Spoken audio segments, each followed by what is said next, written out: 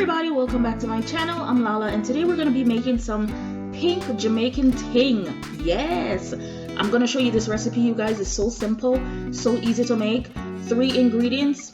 Well, is it 3? Yeah, 3 ingredients and we're good to go. Okay, so first we're going to be making the syrup, and then we're going to make the soda water, and then we're going to put everything together and then you can enjoy.